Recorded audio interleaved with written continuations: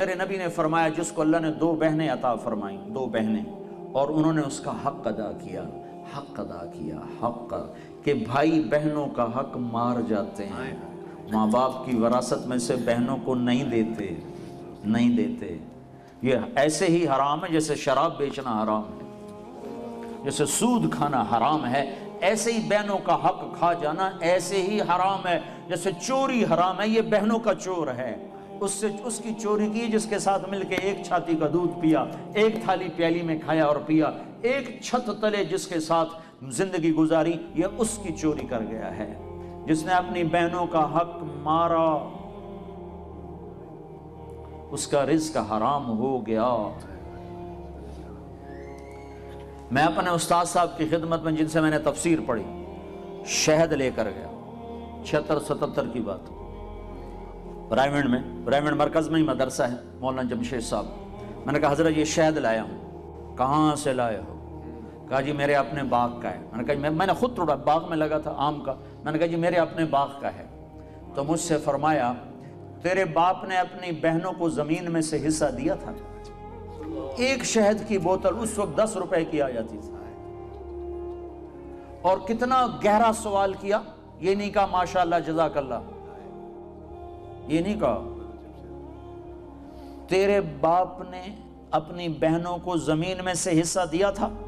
اگر دیا تھا پھر تو یہ شہد حلال ہے، اور اگر نہیں دیا تھا تو سارا ہی حرام ہے، تو میں نہیں لوں گا، یہ مطلب تھا۔ ہاں بھائی تیرے ابا نے بہنوں کو زمینوں میں حصہ دیا تھا؟ میں نے کہا جی شکر ہے میرے ابا کی بہن ہی کوئی نہیں، ہوتی تو کوئی نہ دیتے، صرف 2 بھائی تھے، ساری جائیداد 2 بھائیوں کی، بہن تھی نہیں ان کی۔ میں نے کہا اچھا تو تیرے دادا نے اپنی بہنوں کو زمین میں سے حصہ دیا تھا؟ میں کہا میں جمعہ ہی کوئی نہ ہوں، اس لیے میرے کو کی پوچھی جانا، میرے جمعن تو پہلے دی گلنا تھا، نہ پوچھو میرے کو۔ تو پھر ہنس پڑے، کہا اچھا ادھر رکھ دو۔ تو میرے نبی نے فرمایا جس نے بہنوں کو حصہ دیا، جس کو اللہ نے 2 بہنیں دی، اس نے بہنوں کا حق دیا، اور شادی کے بعد بھی ان کے سر پہ ہاتھ رکھا تو اس پہ جنت واجب ہو گئی۔ پھر یہ بیٹی سے بہن، بہن سے بیوی ہیں۔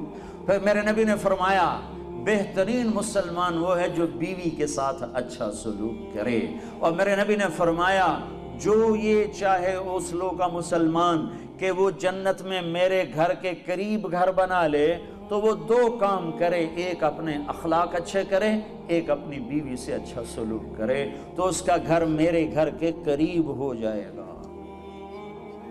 تہجد پڑھے، جہاد کرے، تبلیغ کرے، ذکر کرے، مراقبہ کرے، یہ نہیں فرمایا، کہ وہ 2 کام کرے، ایک اخلاق اچھے کرے، ایک بیوی سے اچھا سلوک کرے۔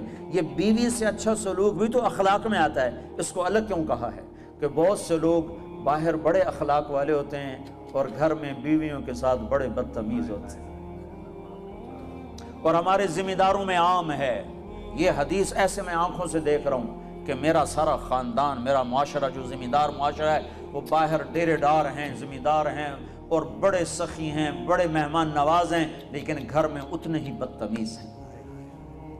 بیویوں سے ایسے سلوک کرتے ہیں جیسے نوکرانیاں، بیویوں کے ماں باپ کو ایسے گالیاں نکالتے ہیں جیسے انہیں گالی دینا ثواب کا کام ہے۔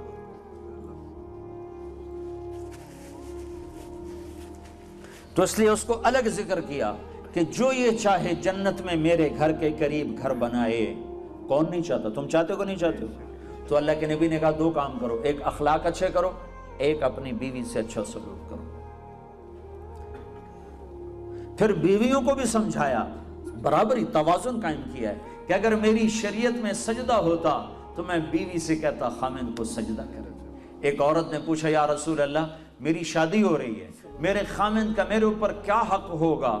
تو آپ نے فرمایا تیرے خامند کے جسم پہ پھوڑے پڑ جائیں، پھوڑے ہو نکل آئیں، اور پھوڑوں میں پیپ پڑ جائے، اور تو زبان سے چاٹ چاٹ کے اس کے زخم صاف کرے، تو بھی تو نے خامند کا حق ادا نہیں کیا۔